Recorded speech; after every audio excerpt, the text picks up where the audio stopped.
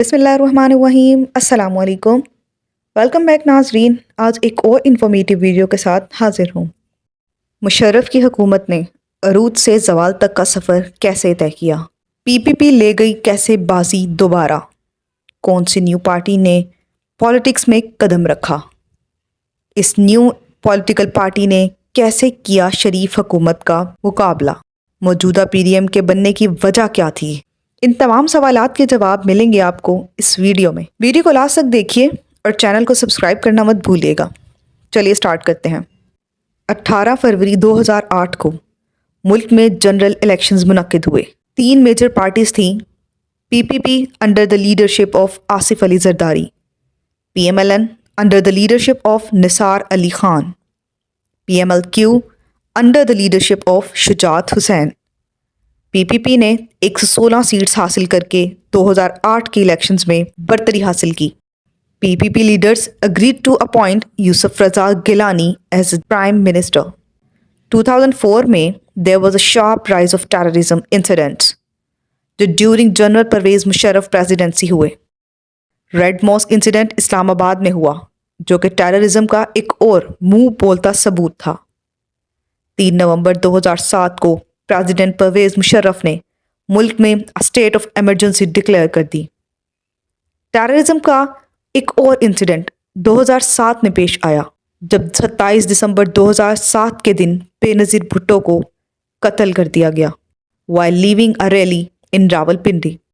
18 اکتوبر 2007 سے لے کر ٹل پولنگ ڈے 18 فیب 2008، ان 4 ماہ میں پاکستان میں there were at least 25 suicidal attacks under the presidency of General Pervez Musharraf.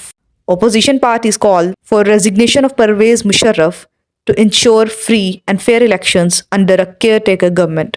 Pakistan People's Party, Pakistan Muslim League Noon, متحدہ مجلس عمل MMA ان opposition parties میں شامل تھی۔ On 8 July 2007, opposition parties issued a declaration of their demands for the elections. Musharraf نے ملکی حالات کے پیش نظر 8 اگست 2008 کو ریزائن کر دیا۔ اس طرح پرویز مشرف کی حکومت نے عروج سے زوال تک کا سفر طے کیا اور محمد میاں سومرو نے as a care taker president of Pakistan حلف اٹھایا اور 18 اگست 2008 سے 9 ستمبر 2008 تک اپنی خدمات انجام دیں۔ 9 ستمبر 2008 کو پی پی پی کے لیڈر آصف علی زرداری پاکستان کے 11ویں پریزیڈنٹ بنے۔ 19 جون 2012 کو سید یوسف رضا گیلانی نے توہین عدالت کے کیس کی سماعت کے سلسلے میں سپریم کورٹ آف پاکستان کے ڈیسیژن کو مانتے ہوئے ریزائن کر دیا، جس کے بعد راجہ پرویز مشرف کو 2013 تک کیئر ٹیکر پرائم منسٹر مقرر کر دیا گیا۔ In mid-January 2013, politician Dr. Tahir al-Qadri led a long march from Lahore to Islamabad, demanding the electoral reforms. 16 March 2013 کو پریویسلی حکومت کی مدت پوری ہو چکی تھی اور 2013 میں الیکشن کروانے کا فیصلہ کیا گیا۔ 11 مئی 2013 کو نیشنل اور 4 پروونشل اسمبلیز کے ممبرز کو سلیکٹ کرنے کے لیے جنرل الیکشنز کروائے گئے۔ الیکشن 2013 کی میجر پارٹیز 3 تھیں: P P P under the leadership of Asif Ali Zardari, P M L N under the leadership of Mian Muhammad Nawaz Sharif اور Pakistan Tehreek Insaf P T I led by Imran Khan. Election سے پہلے P P P formed an alliance with P M L Q and Awami National Party, اور دوسری طرف P M L N allied with P M L F and Baloch parties. P T I کے leader Imran Khan also emerged as a key player. 2013 کے اس election میں بدلے کا Pakistan P M L N کا نعرہ رہا، جبکہ پی ٹی آئی کا سلوگن الگ تھا: تبدیلی اور نیا پاکستان، جو پی ایم ایل این کے نعرے کے بالکل برعکس تھا۔ پی ایم ایل ایل نے 166 سیٹس حاصل کر کے نمایاں کامیابی حاصل کی، جبکہ P P P emerged as a second largest party with 45 seats and P D I with 33 seats emerged as a third largest party. Elections کا رزلٹ اناؤنس ہونے سے پہلے آپ نے ہار تسلیم کر لی اور P T I leader Imran Khan congratulated Nawaz Sharif but also demanded recounting in several constituencies where rigging had been allegedly carried out.